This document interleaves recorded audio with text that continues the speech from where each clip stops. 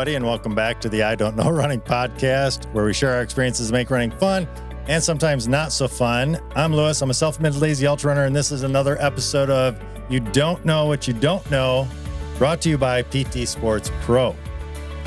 You just nailed that. I'm impressed. I have been practicing. You guys could have came over at 11. I've been practicing since 11. I had no intro, and I'm like, Dang. and I'm Mitch, and I'm impressed that Lewis got all that out in one go. Wow. Like it just came to me just like that. That's amazing. You're welcome. I'm sure we'll have some outtakes along. Oh yeah.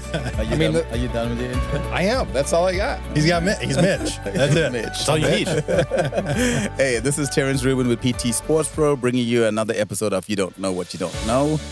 We're excited to be sitting around the table again, coming up with some new and exciting information. And we have a somewhat of a guest in the house today. I'm going to introduce you to our guest, Nic Reuben.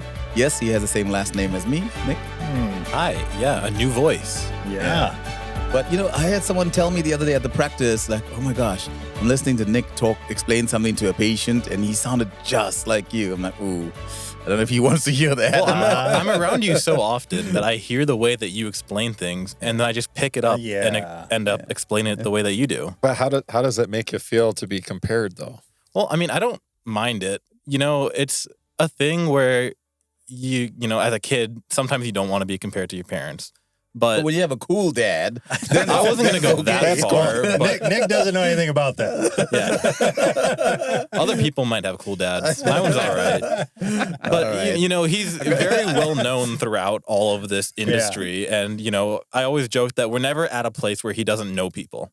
And so to be compared to somebody who is that, and I very loosely say famous.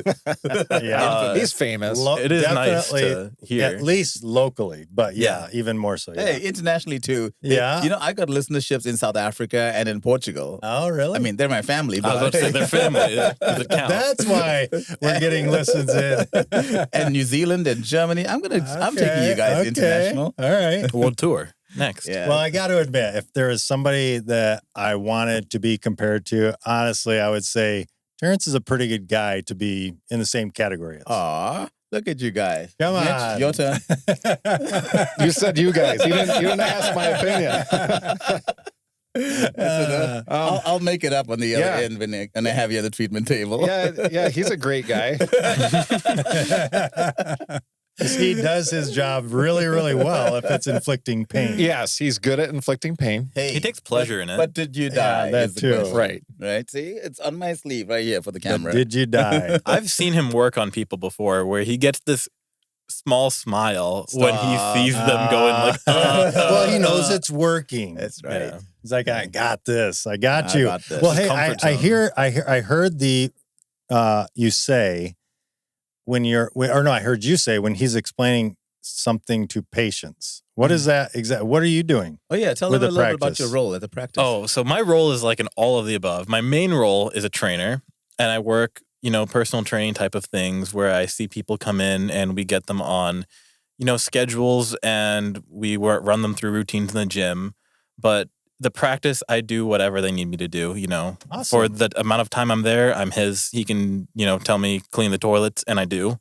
Vacuum, everything from that to working one-on-one with, people. That's and awesome. I enjoy all of it. So yeah, That's when I set up the business, I really wanted to kind of transition, leadership to a core group of people. And Nick is one of those people. Gotcha. And because I didn't want him to start in there, I mean, you got to start with the basics. We're trying to teach him and train him well. So he literally has cleaned the toilets and vacuumed the practice and wiped the windowsills and anything else that needs to be done. Take out the garbage. You would say you're bringing him up from the very beginnings Absolutely. to become a PT Sports Pro. Well, he's gonna be the pro when he's done, and that's the only way you can learn, right? And I think it's gonna segue into what we're gonna talk about in this segment here. Is where you can't just suddenly show up and run a company. You gotta know all the ins and outs about how the company actually works, and not just the clinical side of it, but there's a whole bunch of business office side of it, and everything from supplies to, dealing with insurance companies. And he needs to know all of those details, and he will learn over the years. Yeah. That's not something you learn in a week. Yeah, maybe I'm 12. 21 right now, so I have a good amount of time before I have to do it all by myself. Yeah.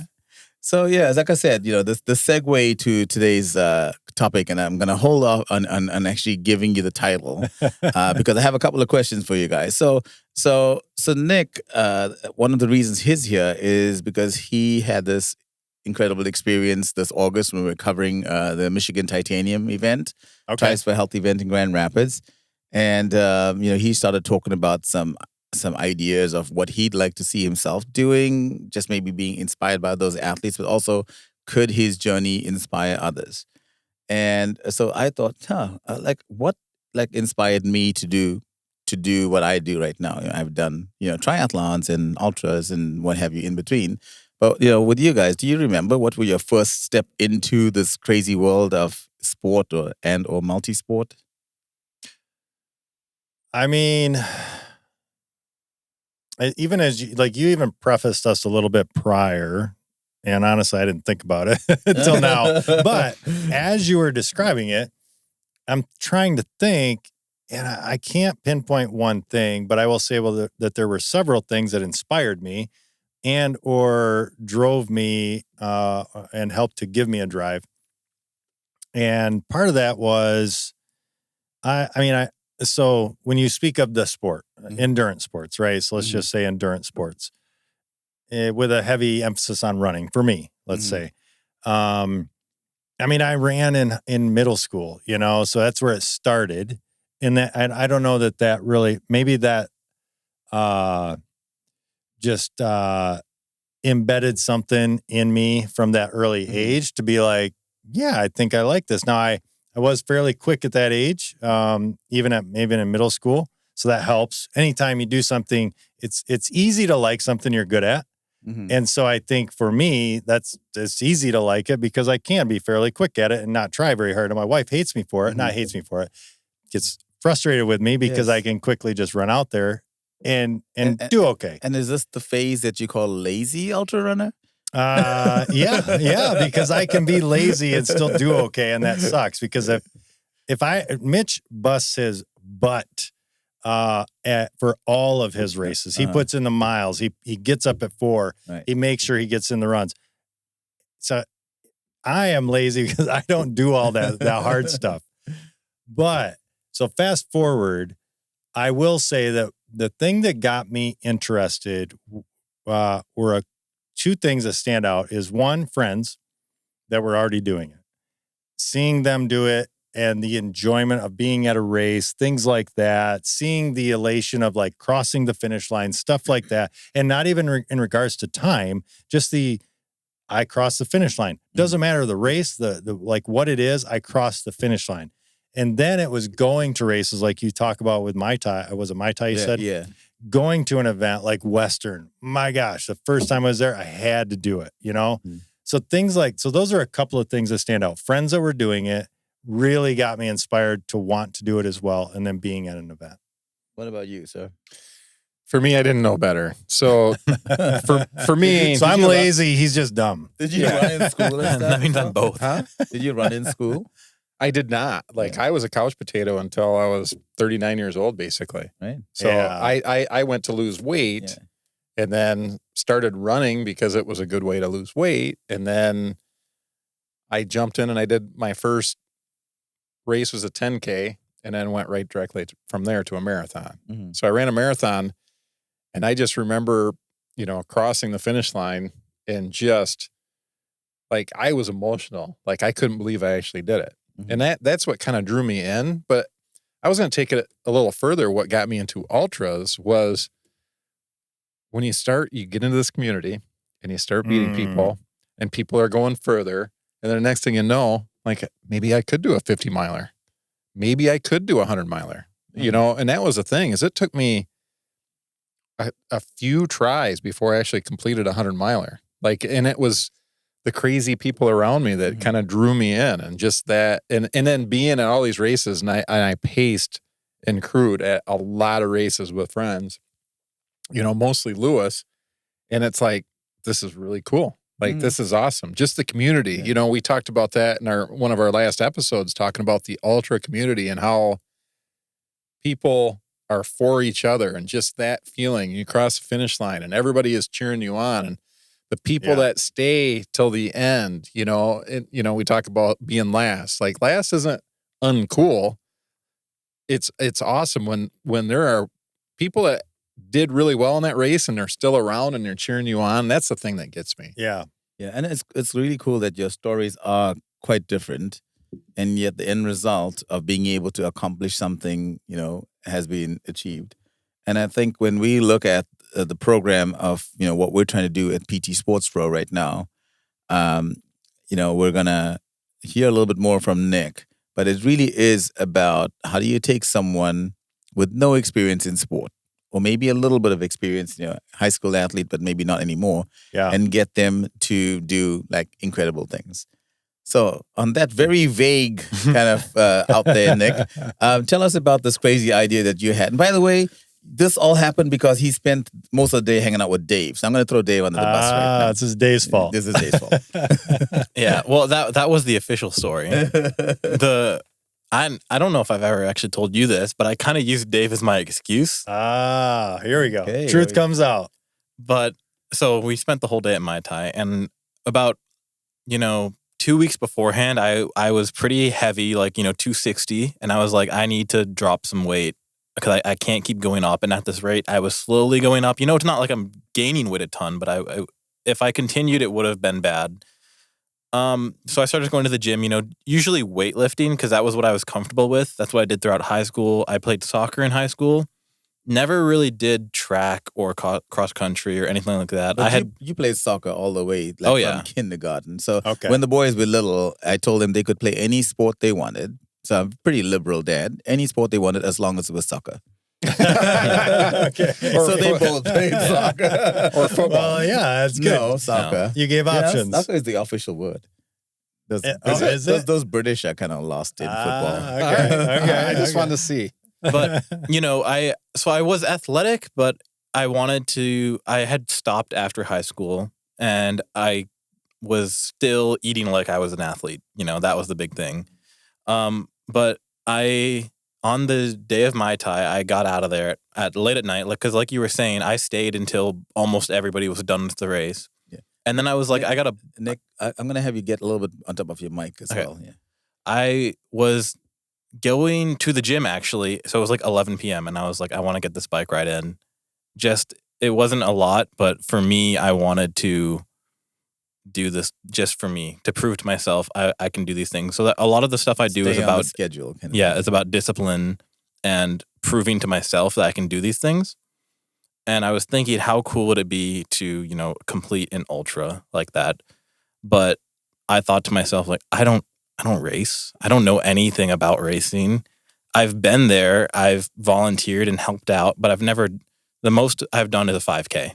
Yeah, and just to frame this to the listeners that don't know what Michigan Titanium is about, it's an ultra distance triathlon, right? The ultra distance is a 2.4 mile swim, it's a 112-mile bike ride, and then a 26.2-mile run. Now they have a 70.3, which is half of that, and they also have a sprint in an Olympic distance. But Master Nic here decided, hey, you know what? You know, go big or go home. Oh my goodness. And so I wanted to. There's a quote that I like about seeing what your body is truly capable of before it's too late. And I really did want to get very fit to, see what I could do before I'm, my dad did his first. How old were you when you did Steelhead? My first Ironman was 70.3 was in 2005. Yeah. So I was 2, but I think I want to not be 40 and doing that. By the time I'm there, I want to relax. You just look at it differently. What's the best you can do as you get to be an old 40? As you get to be an old man, what's the best you can do? Well, I wanted to get the racing stuff and really push the limits. Well, I got to say, I am a little envious because I wish I would have had friends like Terence and Mitch and Jack and Sean around me about 10 years earlier. Mm-hmm. Because it would have been fun. It really would have been a lot of fun to see exactly that. What could I have done in my late 20s? Yeah. Instead of my late 30s. Right. 10 years early. That's a big jump. And you're quickly already starting on the downhill side of it. And so with that thinking came, can I, within a year, because this was on the day of Michigan Titanium, so exactly 1 year basically to get from, doing nothing to completing that Titanium, like the Ultra. And I, was talking with my dad about, is this even realistic? Was the first thing I thought of was like, is it even possible for only a year of training? That's not how it went down. So he leaves the race and he's going home because he was exhausted. I'm like, he was there for like 12 hours. And I was still at the race because it gets done at midnight.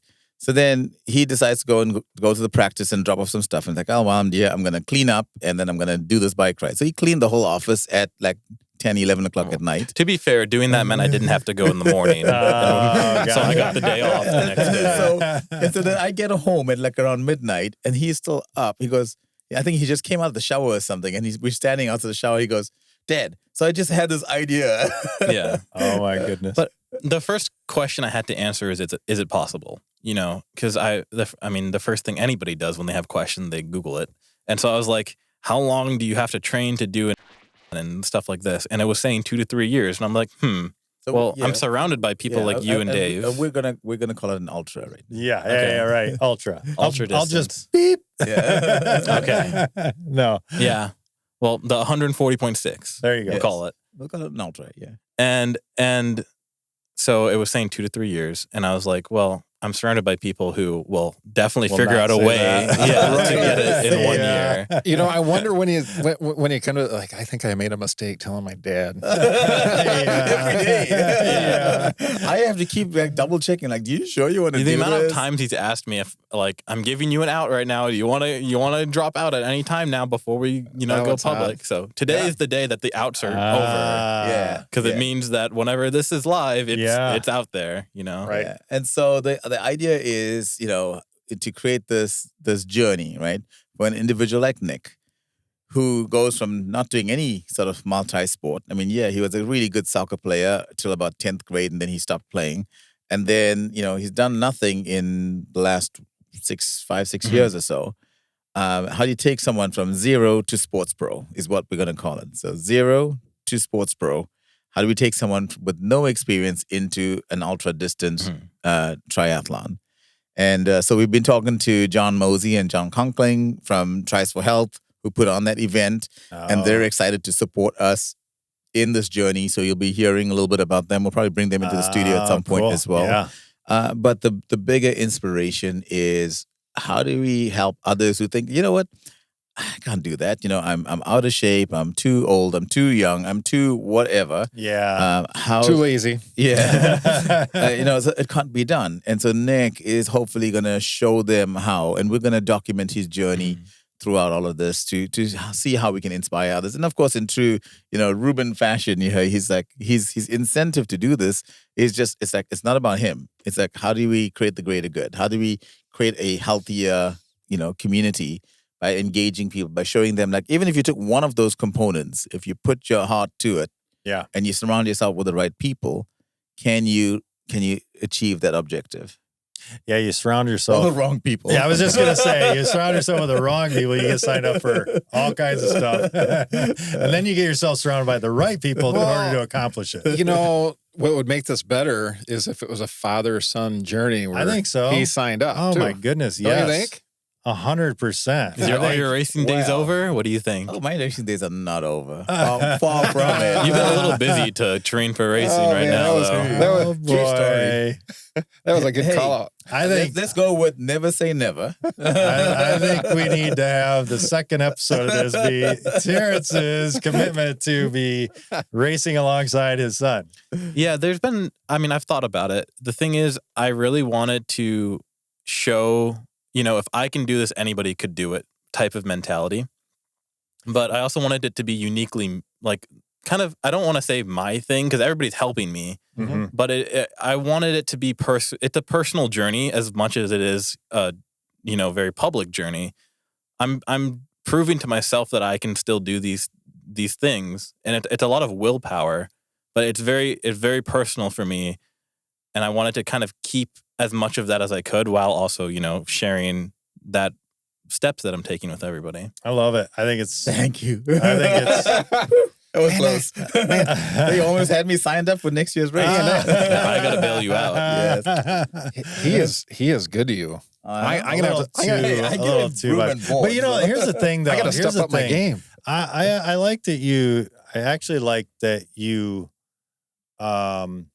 Were honest about that, because it would be easy to not be honest with yourself and honest with your dad and everybody around you, to say, okay, yeah, we can do that. But in all reality, you want this, like, there's a big personal part of this that you want to accomplish this. And and I think we've kind of talked about this before too, in a little bit different light, but,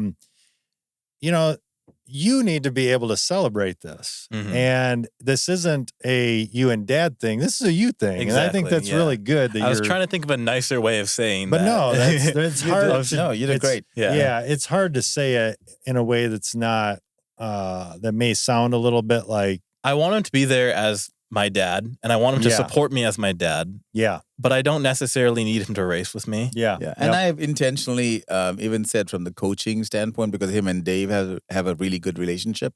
And I said to Dave, like, you coach him, I'll just be dad. I'll still provide as much oversight as they both need, because, that boy, because you can't help needs oversight. You can't help yourself. How much are you going to be able to not? I won't be, I can tell you what, I won't be completely hands off. And the reason for that is that I also know my son really well.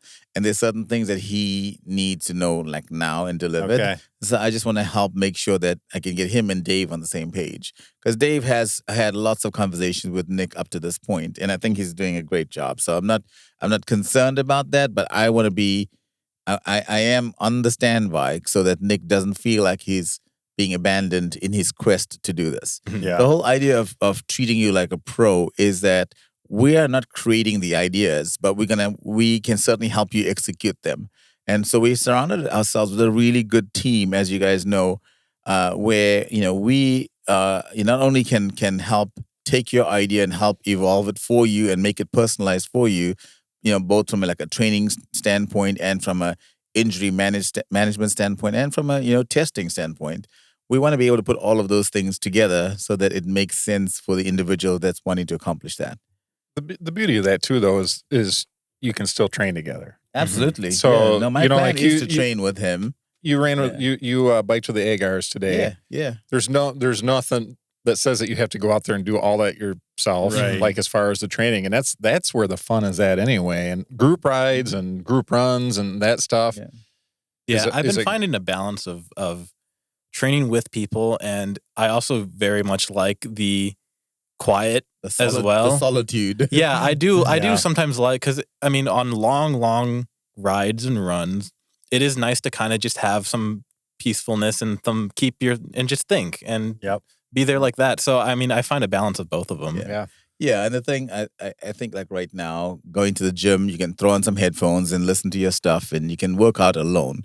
But on long runs and long bike rides, you don't need to be talking the whole way, but just it's almost like a safety thing. Open water swimming, same thing. Yeah, I already have determined I'm never swimming by myself, unless it's like in a pool with a lifeguard and stuff like that. And you shouldn't swim by yourself. And let's make that very clear here. I don't think if one thing PD Sports Pro would say is no open water swims on your own. No open water swims. And I also don't even recommend going on bike rides by yourself. True. Having that second person there, it's not going to prevent something from happening, but can certainly help to maybe reduce that and have people just a little bit more aware. Something does happen. Yeah. I mean, the how much faster can help get there if you have somebody with you, as opposed to when you don't. Yeah.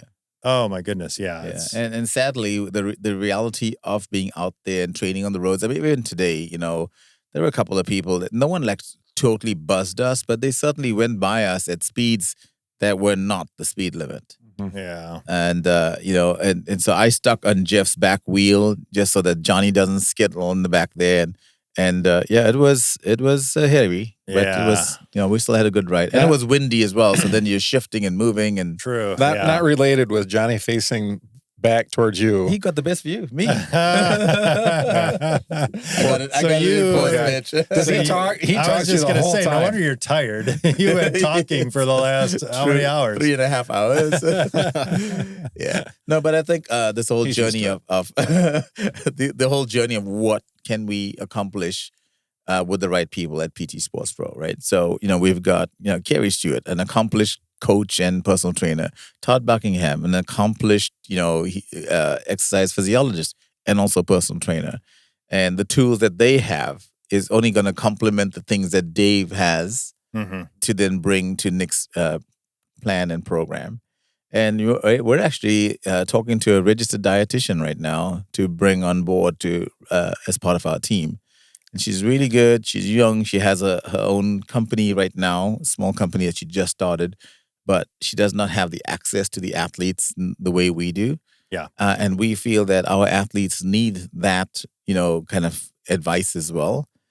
So the only component that's missing after that loop is sort of to close that loop will be sports psychology. Someone to help you to mentally deal with the stuff. I could use that right now, I tell you. Yeah, well, from my sports psychology is like, suck it up. No, I'm just saying, not being able to run, and then the mental toll it takes on you. Oh my gosh! Well, I was gonna say from both sides. So from a truly a racing side, like you're super healthy, but you still want some help. Absolutely, mentally that way. Absolutely. Or I'm injured. I need some help. Right. So. Yeah. No, I'm not making fun of that at all. I was saying truly, no. So it's on my plan, my business plan of, that'll be the one thing to close that circle. And the nice thing with sports psychology is that they don't have to be in-house present either, because there's so much that you can do remotely with that. So we'll figure out how to close that loop. But meanwhile, I'm excited about Nic's journey, and I'm excited about what that can do to help support others who want to take a stab at this kind of stuff. So when you hire your sports psychologist, I don't know how their majors, minors all work, but could they have a minor in golf? Can I just put that out there? I might need some help in some golf psychology. I may know a guy. I can help you with this, Lewis. I got am struggling in my game right now. I need some help. I can help you with this. We'll talk. All right. Oh my God. No, so like Terence would say, "Suck it up." Mitch would just say, "Well, just quit." Yeah. Quit golf. You don't need that. Yeah. That's his. Here's my advice. Golf is stupid. So we're done. Yeah. Terence, I'm going to just turn to you on this. I do love the game of golf. I wish I could play it more and better. I've got the other components of, the golf down, like driving the cart, handling the beer. And drinking beer. Hey, got it. So, but no, I think, again, there's so many of us that have thought about doing things, and we have all the roadblocks that can get in the way to keep you from doing that. And, I don't know. I mean, people deal with so many things in their personal lives, and it's hard to figure out how do you get past that. The nutrition thing piques my interest too, though. Like just a good race prep diet just every day, but then also on top of that, this last race I didn't race it though, but just your fuel during that race and trying to dial that in and do the right thing. Yeah. It's just not an easy thing. Yeah. So there's so much to it. I mean, this is the fun stuff. I discovered that last week I ran 5 miles.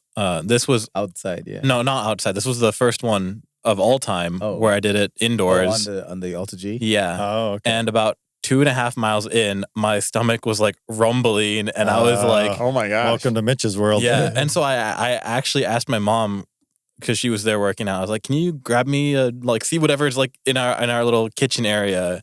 And she found me a chocolate bar, and I ate that, and I actually felt better because I was just I just needed some fuel. Yeah. Yeah. Yeah, fueling is going to be important. I mean, there's so many things. So in this journey, one of the big things that we're working on right now is we know that, you want at least 30 weeks to create a 0 to Sports Pro, ultra training program. And that 30 weeks starts in January. So which means from now till January, we got to get our ducks in a row. So one of the things that we're looking at is things like, swim stuff, goggles, wetsuit, like buoy shorts. We have an episode on that. Yeah. A couple. Exactly. Yeah. Right? And then, if he's going to be biking. Share that with Nick. Yes. Let him listen to it. He's going to need a helmet. He's going to need a bike. He's going to need shoes. I mean, he's got a size 15, 14 foot. So, we're going to have to figure out a lot of things before training really kicks up, in January. And it's I can't borrow, the dad's hand-me-downs things because I'm much bigger and I don't fit into all your stuff. You're like 6'3"? Yeah, I'm around 6'3" and a half-ish. Yeah. And so there's Dave Bin's really good at trying to get him figure out his fit on the bike so that way we can get him I think it's like a size 58 frame or something is what Dave was talking about. Okay. We'll be working with the local bike guys to figure out that. And so we'll use the different components of partners that we have, as through PT Sports Pro to help Nick at least accomplish that. And then as we go through that journey, we'll be able to share that with people. And, it's a good way as well to help them to connect with our strategic partners. Right. Is he making you get a pink bike or anything like that? Actually, I've already ridden. So have you seen the mountain bike that we have? Yeah. So I rode that one in a 10-mile gravel bike race, and I was not too disappointed in the pink, because I've never been a big pink wearer. I like it. So it's slowly rubbing off on me. I might be wearing. That kid just keeps. I know, bailing him out, bailing you out, bailing. I'm okay is he not gonna feed you tonight if you're mean? Listen, this is how he gets a steak. Yeah.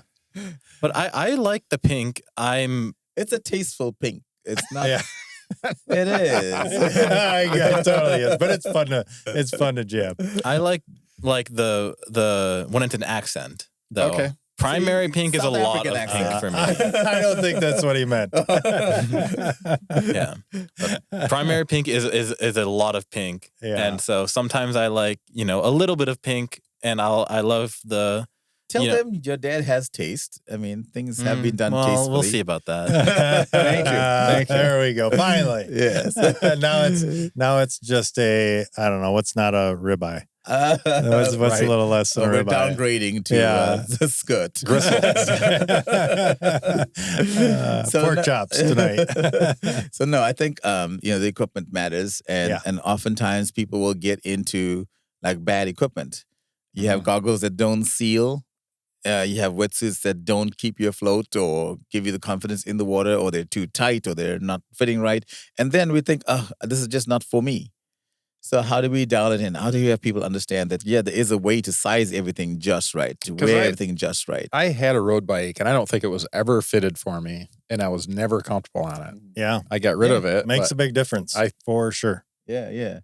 And so it's going to be a really cool journey. And I think the other stuff that you brought up about the nutrition is so important. Like, I can give him some general guidelines, but to have someone professionally tell him about his macronutrients and his micronutrients and when to eat and what to eat and, all of those things that can help us in our journey in general, right? Yeah. And as much as he's looking at this like, well, while I have the ability at the age of 21 to do this, it also is how do we keep that that journey? How do we sustain that journey? Mm-hmm. So it's not a one and done. Not that he has to continue doing ultras, but he can lifestyle, learn how to just keep a balance between continued activity and cocktails. That's my the pastime. plan is not to blow back up to 260 after I finish. Right. I still want to maintain a healthy life, and this is just kind of a jump start to get there. And already in doing some of those little changes, he's been able to reduce his weight by. Yeah, I think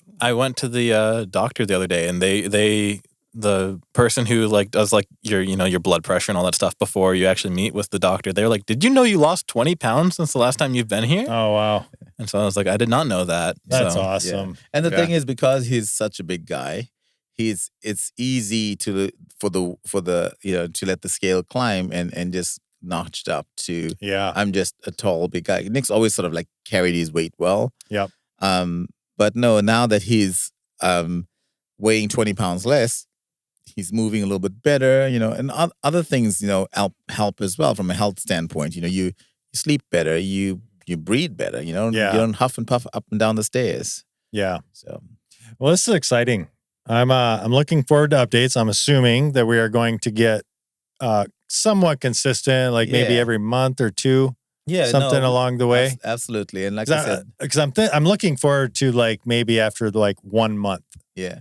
All right, how's it going? Like when you're fully into the training and signing up for stuff, probably between here and there. So there's probably you got to have some. There's a bunch of races that we've looked at that I want to get done, because I'm obviously not going to do just training into the 140.6. Like that's a huge jump. I want to, get some 5K, 10K marathons, get some regular triathlons. He's run a few like 5Ks, and I think you may even have done a 10K. No, I've never done a 10K. Just 5Ks. Yeah. Either way, he's done a few, and he's figured out, that's not as easy as, it seems when you look at the masses that even do those distances. So we are truly taking someone from zero to sports pro here with this journey. I think it's awesome. So the last actual race that I did was a 5K that I finished in above 45 minutes for. Yeah. So that's kind of where I'm at. Okay. Fitness wise. That's awesome. The only way is down, right? Yeah. For time. In the time. Yes. Yeah. So we're excited about the journey. We will be pushing stuff out on social media. We're probably going to do some blogging stuff as well. So we shot some video of some of the things he's done already. He's gotten into, we did a swim at Bostwick Lake, just to try out the wetsuit and the goggles and see how comfortable he is in the water. So that gives us some ideas as to what to do for the swim technique. He rode that 10-mile at the Dirty Mitten a couple of weeks ago, did the 10-mile gravel bike ride. Dave was like right at his side, helping him through little things like when to change the gears, when to push, when to hold back. Oh, yeah. And that makes it so easy. It's stuff that we take for granted though, right? Yeah. Like we get on our bikes and we ride. We've learned along the way. Literally like going up the hills, Dave's like, okay, shift now, shift now, shift now. It's like, I didn't have to think. I just pedaled and listened to Dave basically. And wow, it was a breeze. I told Dave it was like a morning jog level of effort for an actual race, because he just made it so easy for me. One of the things I had no idea about, and this is really off, a little bit off, but like with the bike, I did not realize until, I don't know, I was well into some sprint tries or maybe even a half, probably not the half, but maybe that your rear derailleur and front, the sprockets, those are, the chain wants to be in a line. And I had no idea. Like, I thought, well, you could have it on the big sprocket in the front and the big in the back. And that is not what you want. Right. That puts a lot of stress on the chain. It puts and it's wasted energy in the chain because of the alignment. I had no idea. Yeah. And so little things like that where I was finally told, they were like, hey, Lewis, you should really learn when to shift that front. Right. And little things like that that really help and go a long way, and not just your own, but like even your bike health, right. Things like that. Yeah. So the reality is you weren't that good, so it probably didn't matter anyway. Well, I could have been a whole lot better by learning those things. Yeah, I know that's a lot of truth in what you just said there, and I think that's where we are hoping to document and have some video. And so watch this spot, check out our social media on PT Sports Pro. Check our website. We have a latest news section where we'll be maybe posting some of Nic's been like documenting some of his journey as well. So we're excited to see how many people we can help. And maybe there's a few of them may be inspired to actually journey along with him, not me. Just clearing cutting that one off immediately. Exactly. But I think it's just a great idea to see a young person that is inspired by being at a race as to, great things can be done. I remember my first kind of foray into tri-sport was I was working at a local triathlon, and I saw someone come out of the water, and she was towards the end of the race. She was, pretty large, overweight woman. She got out, she got onto the bike, and she rode, the whole course, came back. She missed the bike cutoff, and I thought, man, I'd be devastated. But she's like, nope, I guess I have to be faster the next time. And I thought, if she can be out there doing that, shame on us for just sitting on the sidelines and watching.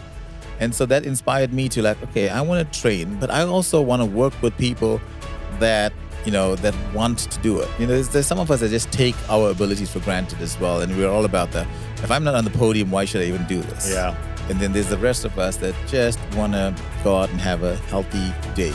Yep. Yeah. So on that note, cool. Is there anything else, guys, that we should talk about Zero to Sports Pro? No, I'm looking forward to it. The journey. Well, I did have one thing. I digress with Dave. So what's going to be his, he's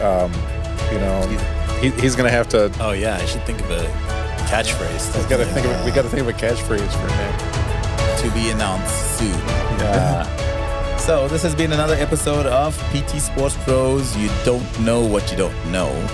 Brought to you by the Other No Running Podcast. Chris and Mitch, great friends. Thank you guys for having us. And Nick, thank you for sharing a little bit of your story.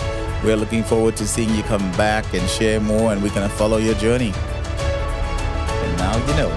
Now you know. I know.